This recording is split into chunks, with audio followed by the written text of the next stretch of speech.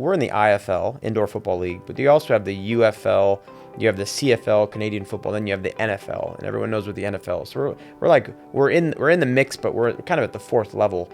When you talk AHL hockey, you're literally NHL, AHL. So when you go to a Roadrunners game, I'm always amazed by the quality of play and how great those athletes are. It is crisp and clean because you literally have NHL players that are playing. I'm proud of our team and that we've been able to do that for 10 years. We'll continue to elevate that and do that. So the upside, Tucson's a hockey market. We're going to continue to grow. Hockey will be here for a very, very long time. I have no doubt about that. And, and we'll continue to provide what hopefully is a great option for all the consumers here in Tucson.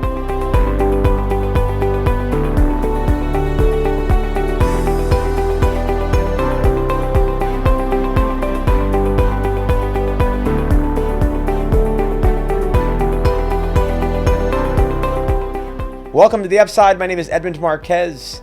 Today, our sponsors are the Heath team at Nova Home Loans, Tucson Sugar Skulls, and the Lumify Creative Agency. Welcome. I've got a good buddy of mine here today. This is Bob Hoffman. He is the president of the Tucson Roadrunners hockey team here in Tucson. Welcome, Bob. Great to have you. Oh, thank you, Edmund. I'm looking forward to this. Are you Canadian? I am not. Okay, just checking. Right on the border, Ohio. So, oh, it's close. Yeah, close enough, but no, U.S. Okay, good. So this will be very interesting. This will be a great podcast. I am the president of the Tucson Sugar Skulls, and this is my counterpart, the president of the Tucson Roadrunners. We are the two professional teams in town. Yeah, 100%. And we're the ones that occupy the Tucson Convention Center arena. So welcome. Let me just give a mile-high view. Bob Hoffman and the Roadrunners, they are an AHL team, which typically are directly connected to an NHL team, which we're related to the Arizona Coyotes, Phoenix Coyotes. Well, we were in the past, and then they sold and moved it to Utah. Yes, that is new hockey news in the state, which changed a couple of the dynamics there.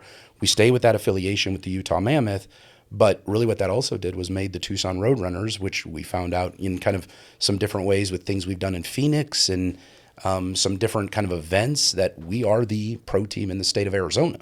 Correct. So that has been kind of an interesting mantle to be on. Yes. So our Phoenix Coyotes? Well, Arizona I think Coyotes. They were the Arizona Coyotes. Arizona Coyotes yeah. NHL team now became the Utah Mammoth. They're out of Salt Lake City.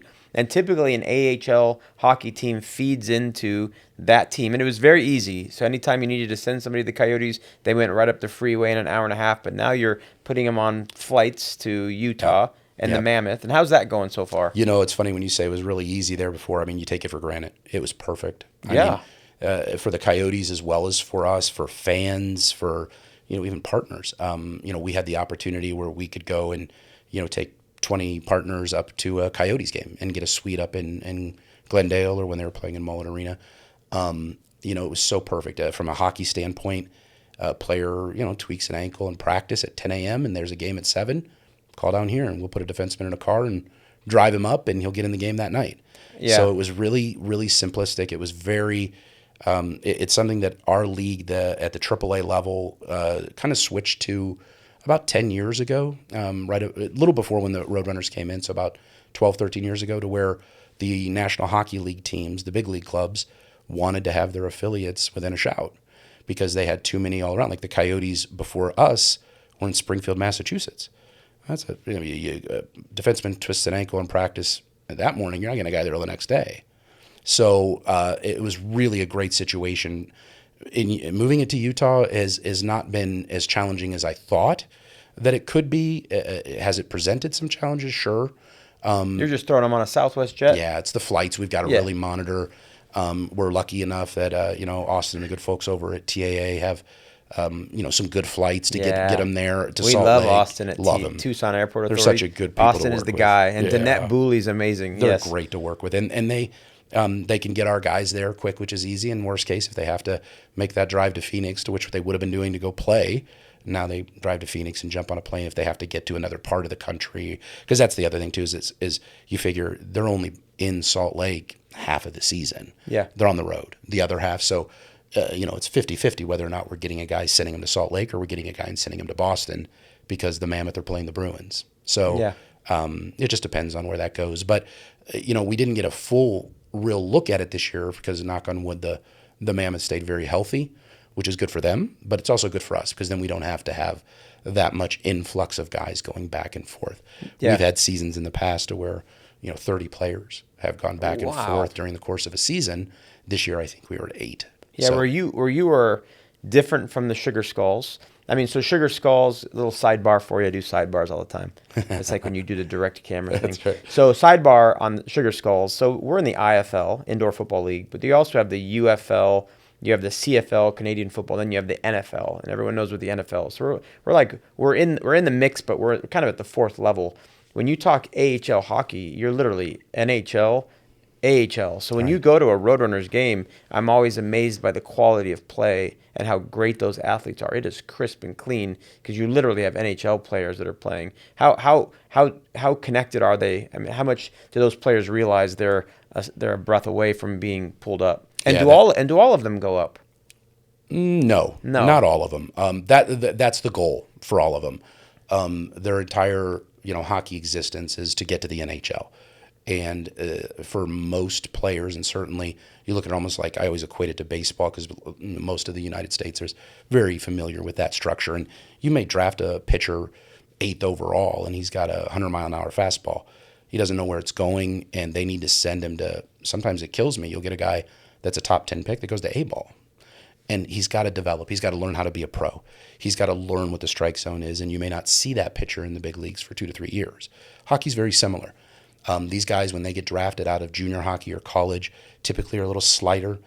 They don't have as strong of a core that they're going to need to go play against these men in the National Hockey League. The speed, the size of these guys, it's so physical and fast. And if a guy goes up too quick, I've seen it, a dozen times, he's going to get hurt. And so our level is to really develop that player and get them ready to go for that. So these guys are well aware of that. They truly go into a development program with the Roadrunners? Yep, it's established day one. So weight training, core strengthening. And some of the guys, it's interesting. Like they may have for their development really a lot of on-ice stuff. You need to be better defensively. You need to be better with your stick. You need to be more physical in front of the net.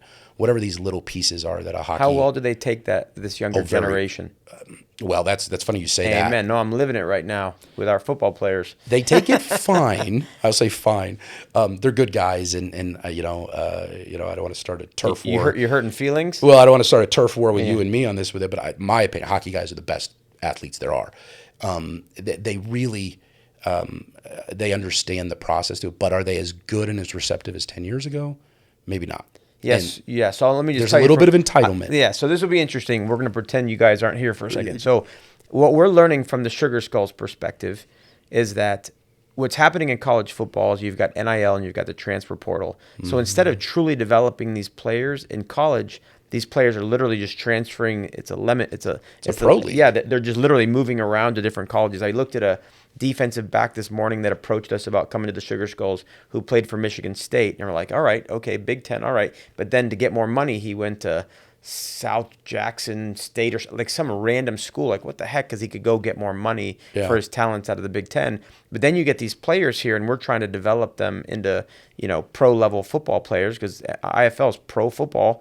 But they're not as developed as they were 10 years ago, according to my coaches, because they're transferring so much. Are you seeing that? Is there NIL, or are you dealing with transfer portals? Yeah, it's similar at the collegiate level. The one thing that hockey's a little bit different in is, I wish I had a completely accurate number to give you with it, but I'll give you a guesstimate that out of all of the 16 to 20-year-old hockey players that are out there, that 40% of them are playing college hockey, and 60% of them are playing junior hockey. So they do not go to college. They stay in club. They do. And the junior hockey ranks in Canada, and there's a good program in the U.S. called the USHL. It's remarkable. It is like a pro league, but it's 16 to 20-year-olds. And they can get drafted out of that league at any point. And then the big club retains their rights until they turn pro. So you'll see guys drafted at 18 years old who probably won't play. They can't come to us until they're 20. And then they won't play in the NHL maybe until they're 22. Contractually through the NHL? No, it's more of a handshake agreement with the colleges and the junior leagues to say we're not going to go and poach your 18-year-olds. And it's a handshake deal?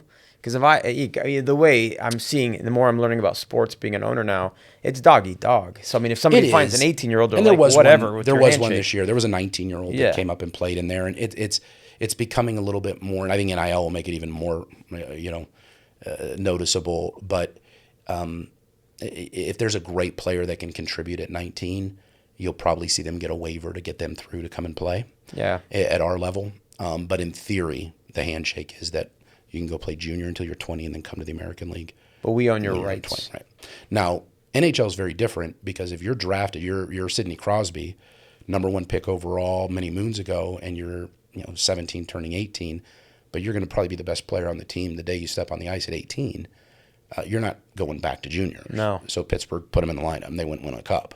So that's amazing. And then, so you always get those guys that are ready to go, and they're going to go. But that's few and far between. That's 3 a draft. So let's take a step back. So you've got NHL. Everyone knows what that is. Mm-hmm. We're learning about AHL with Tucson Roadrunners. Then there's ECHL. Correct. And then how many more below? And ECHL is kind of a minor league. They are 100%. It's in that baseball structure. It's the AA level. Right. And then how many more below that? There's a Southern Professional Hockey League, which has, I want to say they're at 12 teams, kind of Southern, but then also a little up into the Midwest. Are they legit? Or they're just kind of like, whatever, you didn't make it, you're playing in this league and just because you want to skate? I would say 1 player a season is solid enough to possibly jump to a high level at the ECHL to have a chance to the AHL. So are there multiple levels in the ECHL? No. That's it. And they're I think at 28 teams. NHL's 32, we're 32. ECHL's 28.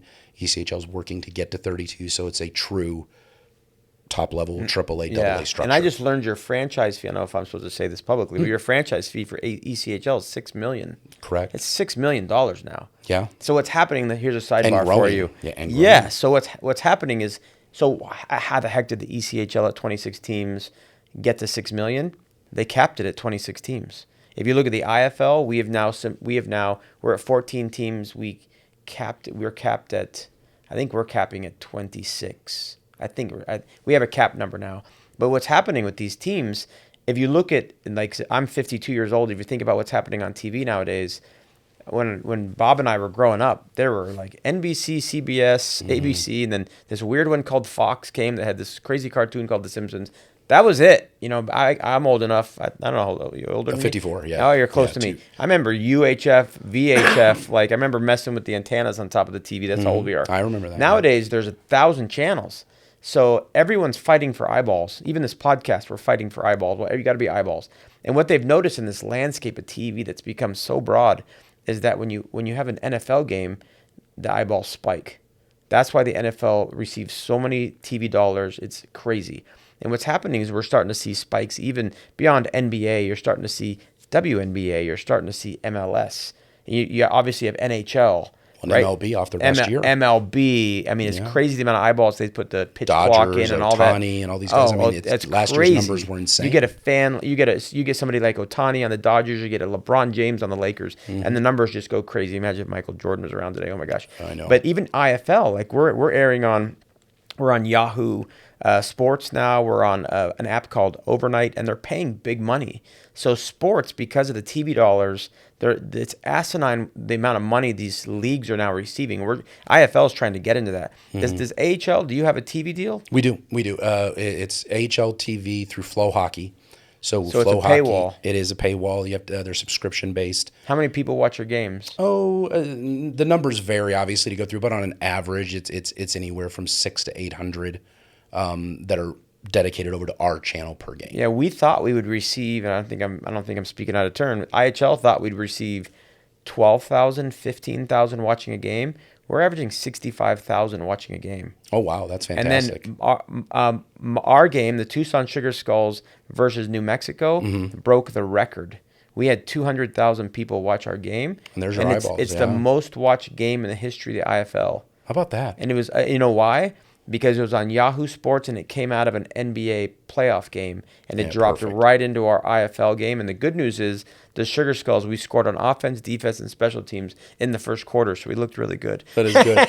That is good. No, sometimes the sun shines on you and you find a great moment like that you can come out of an NBA game and be able to grab awesome. That's fantastic. So how many years have the Roadrunners been here? We just finished our 10th season, so had a nice kind of anniversary campaign throughout and great to relive some of the memories and, recognize some of our longtime fans and partners. But yeah, 10 years, hard to believe. It feels like yesterday, but it's been great. And so contractually, how many more years do you have in town? Contractually, two. You have two Our more lease runs seasons. 2 more full seasons. So 26, 27, 27, 28.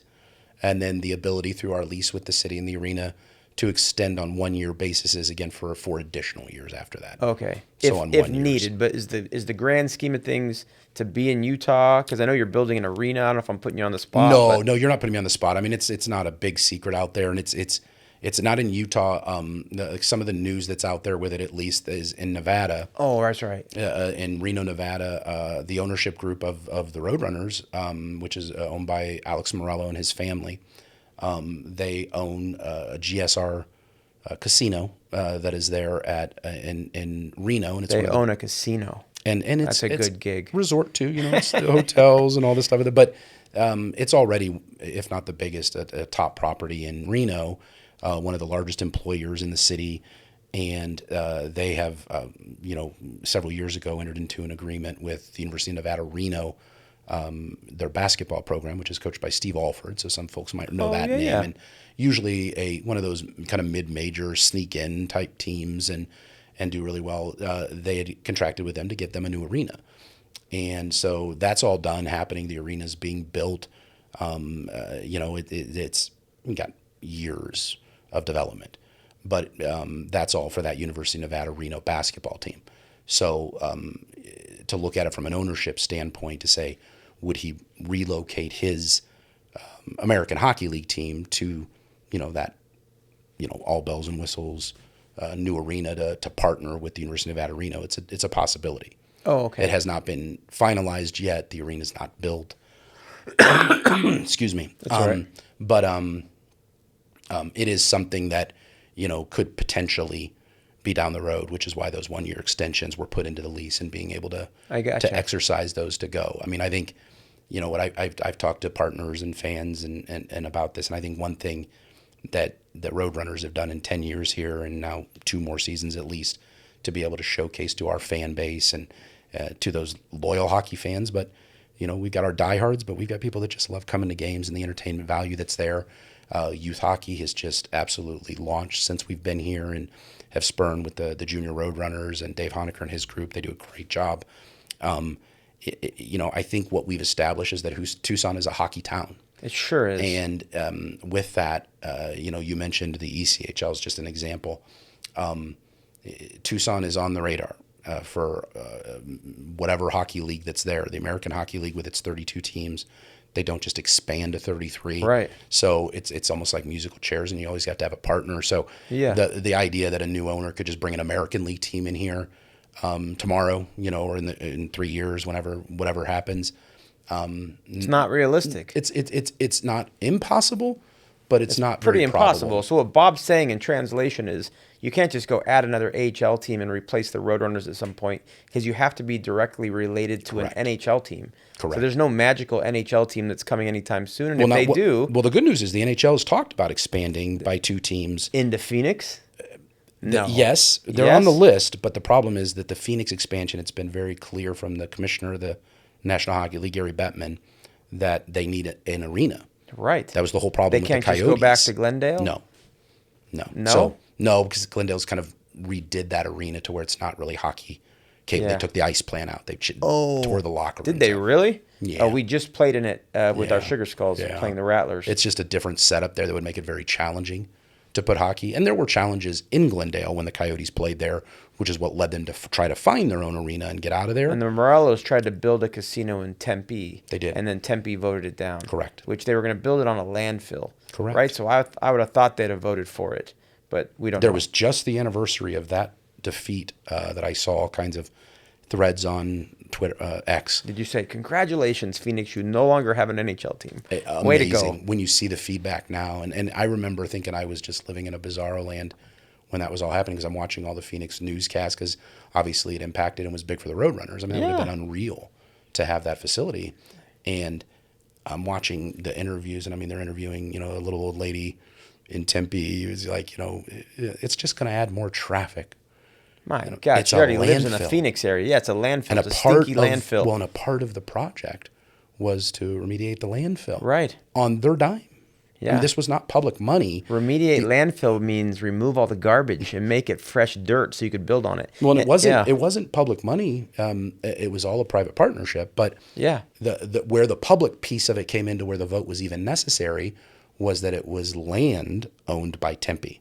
Right. So the voter had to vote to approve the sale of the land, and they turned it down. So a couple things. Number one is my lunch after this is with Frank Knott of the Mosaic nice. Quarter. Yeah, tell him I said hello. I will. So sidebar, massive demand for hockey in Tucson. You'd think we're in the desert. What the heck? If you go to Phoenix, they have things called the ice dens, which they have 5 of them. Oh, at least. Yeah, there's like 5 practice sheets of ice, and I will call it a mixed use space. Kind It of. is. It's a sheet of ice. Like I know there's one in Scottsdale, and right outside of it is a restaurant, and you can eat while your kids are playing youth hockey. It's beautiful. I'm shocked we don't have any down here. Thankfully, the Mosaic Quarter, which is a 90-acre, like a $1.2 billion development that's happening out at Keno off Ajo, is building 3 sheets of ice. Correct. And there's such a demand. So right now, as a Sugar Skulls owner, I have to work around the schedule of hockey as there's a sheet of ice down at the TCC Arena, and it is packed with youth and adult hockey leagues when the Roadrunners aren't playing. So that demand for hockey is going to go over to the Mosaic Quarter. Tell me how the Mosaic Quarter changes things for you. Oh, I mean, we met Frank back prior to COVID even, and initial discussions and talking about what his vision was perfect for the Roadrunners because you mentioned that sheet of ice, and when that's down, that's great, and where we can get practice time. But I'll give you an example. When the gym show's here, and we play typically on the last Saturday before the gym show. So I think this year that was January 30th. We could not host another home game until February 22nd. No. So that You're gap on the of road. time is on the road. We can't let our guys sleep in their own beds because there's nowhere to practice. We can't, it's out and about. So if we're going to play a Friday, Saturday in Fort Collins, Colorado, we're probably heading in there on Tuesday so that we can practice in Colorado on Wednesday, Thursday before the games, which that's per diem and hotel nights and guys on the road wear and tear. I'm feeling your pain right now. Even just per diem alone, it's expensive. So the idea of Mosaic Quarter here, and Frank's been gracious enough with one of those sheets. You have the U of A side and what's happening there, which is fantastic. For Ice Cats are moving to Mosaic Quarter. Awesome. Yeah. But there's another sheet of ice that is going to be available to us and a little Roadrunner feel to it. And for practice or actually to play games just over practice. there? Is it against the contract of the TCC for you to play games over there or matches? There's some interesting language. You remember 2 summers ago when there was the thought of playing some games in Tempe, there was some language put in that allowed another possible location to it, but it wouldn't make sense for us to go over there and play from a capacity standpoint. And it is small. Well, in the rink that he's going to let us use to practice and putting some office space and stuff in there for our guys when they are over there. I think there's like 600 seats. Yeah, no. Yeah. So we wouldn't play over there. But from a practice standpoint, what that changes in the gym show is now I don't have to go to Colorado till Thursday night. Amen. And my guys can stay here. When the Disney on Ice is here at the beginning of the year, we spend 8 straight days out somewhere. Man, I thought I was just displaced by you. You're displaced by the gym. Anytime there's anything in there and that ice is gone, we got to go find ice somewhere. And sometimes it's even it's not simple, but it's a bus ride to Chandler, which costs money, and you rent ice up there, and our guys will practice in Phoenix. All of that costs money. As the president of the Tucson Sugar Skulls, everything Bob's talking about just costs you money. So let me jump to one thing, and it'll be our final thing. This show's called The Upside. Tell me where you're headed, and I will say they do an amazing job of running their team. We as the Sugar Skulls look up to the Roadrunners as we watch them operationally, even through their theme nights and their fans and their merchandise. You got to do such a great job. Give me the upside. Where are you headed in these next 2 years? Well, at least in these next 2 years, we see the 10th year anniversary is now a way to pivot with new traditions. We have new uniforms we're going to be breaking out next year. We wore a 10th anniversary special uniform this year, so we sort of already got into that world of retiring our old look. So some new looks, some new things we're going to try. Pre-game concerts that we're looking to do once a month over at the arena. Different things that we can say, hey, Yes, we love the 10-year history. We love what we've been able to accomplish. The upside is, though, we're going to go and give you all new things, more value for your dollar. We're going to stay as affordable as we've ever been, and create what we hope is a great winter entertainment option for not just sports fans and hockey fans, right? All of Tucson needs to support. Come downtown. It's right around. How walkable downtown is, and how easy access, and all the parking that's available. You're looking for something to do with your family. We're as affordable as anything else you've got out there. You want to take your family of 4 to a movie? I'll compete with that $10 bucket of popcorn. Yeah. We're going to continue to grow the brand. And one of the things, that we're really proud of that we've done in 10 years, over $1.2 million raised and donated right back into this community. So the community footprint that we leave, each and every season, we're never steering away from that. So we're always looking for great ways to connect and be a part of everything and anything that is Tucson. If it's happening, we want to be there. We want to be a part of it. And whether you come to a game or not, I want you to. But if you don't, I want you to know who Dusty is, what our logo is, and what we stand for, and that we have true community values. And I'm proud of our team and that we've been able to do that for 10 years. We'll continue to elevate that and do that. So the upside, Tucson's a hockey market. We're going to continue to grow. Hockey will be here for a very, very long time. I have no doubt about that. And we'll continue to provide what hopefully is a great option for all the consumers here in Tucson. Yeah, you guys do an awesome job. So thank you, Bob Hoffman, for being my guest here on The Upside. If you like sports, show up. Have fun. Fill the seats. For all the sports. Yeah, have a great time at Roadrunners, Tucson Sugar Skulls, Absolutely. FC Tucson, University of Arizona. Be a sports fan. Support your local sports teams. Again, sponsored by the Heath team at Nova Home Loans, the Tucson Sugar Skulls, and the Lumify Creative Agency. My name is Edmund Marquez. Thank you for watching The Upside.